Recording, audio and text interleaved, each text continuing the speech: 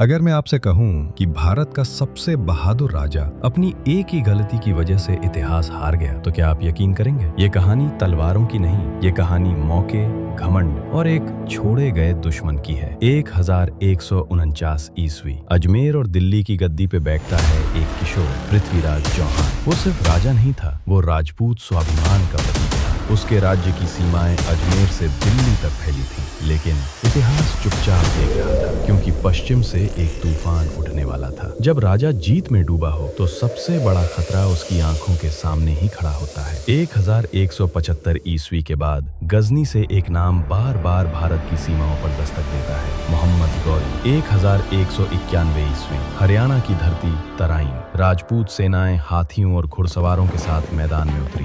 युद्ध हुआ भयानक और नतीजा मोहम्मद गौरी की हार। गौरी घायल पड़ा था। राजा पृथ्वीराज के पास इतिहास बदलने का मौका था, लेकिन पृथ्वीराज ने दुश्मन को जीवित छोड़ दिया। राजपूती मर्यादा या राजनीतिक भूल? इतिहास में दया कभी कभी सबसे महंगी पड़ती है। गौरी लौट गया, लेकिन सीख कर। जो हार से सीख ले वो अगली बार इतिहास लिखता है। 1192 ईस्वी वही मैदान तराइन, लेकिन इस बार गौरी की सेना रणनीति में आगे थी। रात का हमला, तेज घुड़सवार और राजपूत सेना की बिखरी पंक्तियां। नतीजा पृथ्वीराज चौहान की हार। कहते हैं पृथ्वीराज को बंदी बनाया गया, कुछ कथाओं में उसे अंधा कर दिया गया और यहीं से दिल्ली सल्तनत की नींव पड़ी। लोक कथाएं कहती हैं पृथ्वीराज ने शब्द भेदी बाण से अंतिम वार किया। सच कितना है? इतिहास मौन है, लेकिन इतना तय है, एक युग समाप्त हो गया। अगर 1191 में एक फैसला बदल जाता तो शायद भारत का इतिहास कुछ और होता। पृथ्वीराज चौहान हार कर भी इतिहास में अमर है, क्योंकि उसने हमें सिखाया कि बहादुरी तलवार से नहीं, समय पर लिए गए फैसलों से मापी जाती है। अगर आपको आज पहली बार लगा कि इतिहास दिलचस्प हो सकता है,